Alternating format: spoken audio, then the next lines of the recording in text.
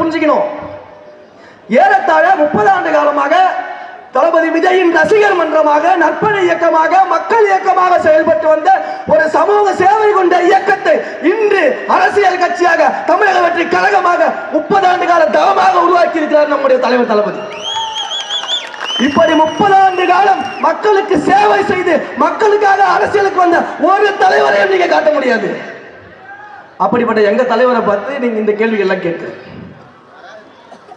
ஆனா இவங்களுடைய கட்சியோட நிலைமையை பத்தி நம்ம பேசினா கோபம் வந்துடும். நம்ம ஊழல் சொன்னோம்ல, எதிர்கட்சியாக இருக்கும்போது அமைச்சராக இருந்தவர் மீது ஒரு ஊழல் பிரச்சனையை கொண்டு வந்து அவர் மேல அந்த ஊழல் குற்றச்சாட்டுகளை வைத்து அவரை பற்றி மிக கீழ்த்தரமாக விமர்சனம் செய்துவிட்டு இன்று அதே அமைச்சர் உங்க கட்சியில் இருக்கும் போது கைது செய்யப்படும் போது மகாத்மாவாயிட்டார். நீங்க என்ன திமுக வச்சிருக்கீங்களா இல்ல வாஷிங் மிஷின் வச்சிருக்கீங்களா? கரையோட வந்தவங்க செலவு செஞ்சு மகாத்மாவை மாத்துறதுக்கு. திமுகவினுடைய கட்சியில் இருக்கக்கூடிய ஆபாச பேச்சாளர் நம்முடைய தலைவர் அவர்கள் இஃப்தார் நோன்பு திறப்பு விழாவில் இஸ்லாமிய பெருமக்களின் பெரும் ஆதரவை பெற்று அந்த மக்களோடு மக்களாக நோன்பு இருந்து அந்த நோன்பை துறந்து இஸ்லாமிய பெருமக்களின் உணர்வோடு என்ற ஒரு தலைவரை பார்த்து பேசுறதுக்காக ஒரு ஆபாச பேச்சாளரை மேடையில் ஏற்றி விட்டுட்டு இஸ்லாமிய பெருமக்களையே கீழ்த்தரமாக பேசிய ஒரு கட்சி தான் திமுக. இன்றைக்கு வரைக்கும் அந்த ஆபாச பேச்சாளரை பேச விடாமல் நிறுத்தவோ அல்லது ஒரு அடிப்படை தார்மீக கடமையோடு இப்படி எல்லாம் பேசாதீங்கன்னு சொல்வதற்கு கூட இங்க இருக்கக்கூடிய முதலமைச்சருக்கும் துணை முதலமைச்சருக்கும் வாய் வரலையே. அப்ப நீங்க எல்லாம் என்ன சிறுபான்மை காவலன் என்று வேஷம் போட்டு சுத்திக்கிட்டு இருக்கிறீங்க. இதை நம்ம சிந்திச்சு பார்க்க வேண்டாமா? அவ்வளவு ஆபாச பேச்சு. உடனடியா பாத்தீங்கன்னு வச்சுக்கோங்களேன், அடுத்தது இவங்களுடைய மறைமுக ஓனர் இருக்காங்கல்ல இந்த பாஜக, அவங்கள மாதிரி ஆரம்பிச்சிடலாம். இவ்வளவு நாளா அமைதியா இருந்தாங்க.